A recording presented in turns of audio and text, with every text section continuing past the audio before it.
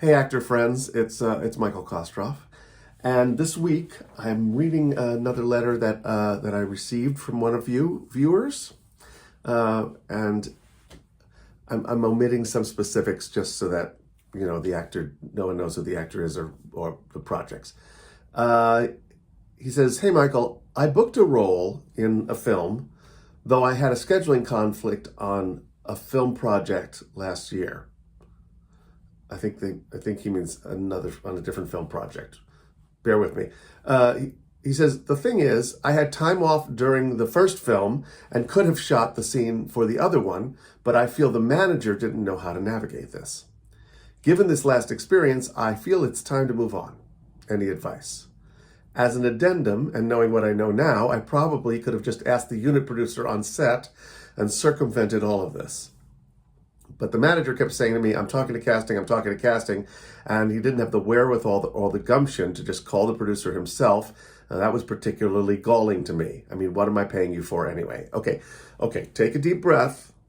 you know, um, I've got a couple of things to add to the conversation that may be helpful in the future. Um, I think actors make one of two mistakes. They stay loyal to their reps too long, or they want to jump ship immediately. They get hot-headed and they want to move on. That's a whole different discussion because you may already be repped by the best representation you can get at this point in your career, so consider that. But here's the thing. The time to negotiate this is before signing the contract for the second film that's offered. So you say yes. Your manager needs to say yes. He'd love to do it, but he'll need these dates clear for this other film project, and that's the way to do it.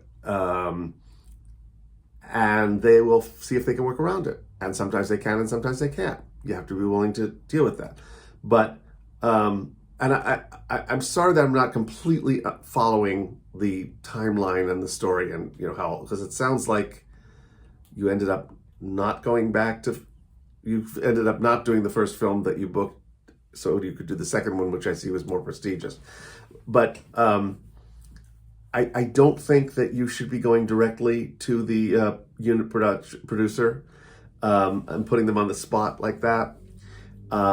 I do think your manager should have called production and or talked about it. As I say, during the casting process is the time to talk about it.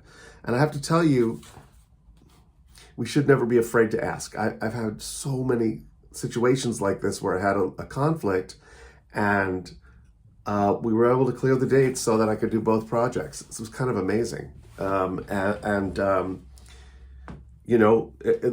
the last instance, I had already booked a play and I was about to start rehearsals, and I had this little booking and I needed to start rehearsals one day late and fly back for another day. And it really was, I saw my manager. They can either recast me or they can give me these 2 days. Those are the choices, and it's up to them. And they decided to give me those 2 days off from rehearsal, and it all worked. So I think doesn't come across as very professional to take the job and then say, oh, by the way, I have this conflict. That gets a little funky. Again, if you're going to do that, it should be your reps who call and say, listen, I want to clear these dates. Here's another example. The last season of The Wire, I was a series regular, so they owned all of my time. And then a couple of times I got offered other TV and film roles. So I had to go ask the folks at The Wire, can you clear me for these dates? And it's up to them because they own my time. However, there's one other little wrinkle in this. If the film has only booked you for a certain number of days and the dates are set, that's all you're obligated to. So if you're available for the other film, according to this, okay, so I'm going to say film 1 and film 2. Film 2 is the more prestigious one, right? So if you are booked for film 2, this big production, and they don't book you until they have dates, right? They're not booking you for the whole film, presumably, unless you're starring in it. And so when they book you for those specific dates, you don't have to keep the rest of your calendar clear. And that's something that I think actors misunderstand. These are the dates, and they've booked you for those dates. And so you look at the rest of your calendar, you're like, oh, I can do film 1 now. I can commit to that as well.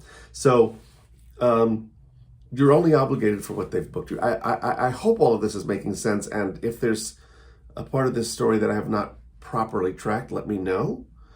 And friends, if I've been confusing, just ask for clarification, and I will follow up with you.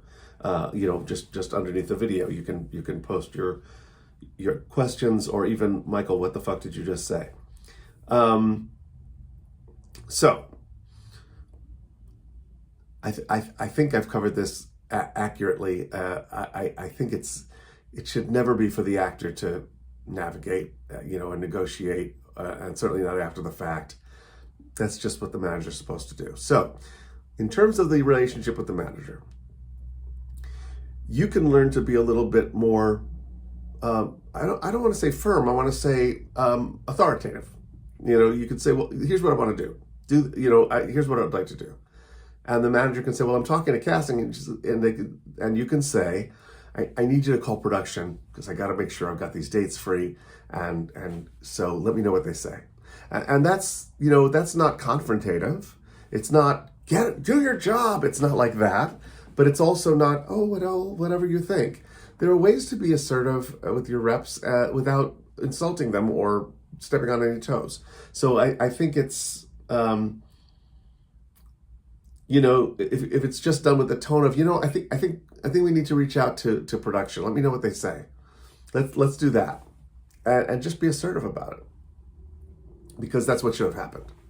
I don't know if you need to move on to another manager. I don't know you, and I don't know the manager. You didn't name the manager, and I don't know managers anyway. That's another decision I can't really help you with in the abstract. But I would not do it just because of this.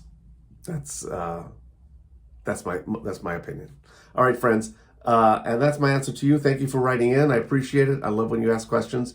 And I haven't said this in a while. Be generous. If you like these videos, I don't get anything out of it. I'm not selling you anything, and I'm not charging you anything. I just want to be helpful to as many actors as I can, because I love my tribe. So if these videos are helpful to you, tell friends about them. Please invite them to subscribe.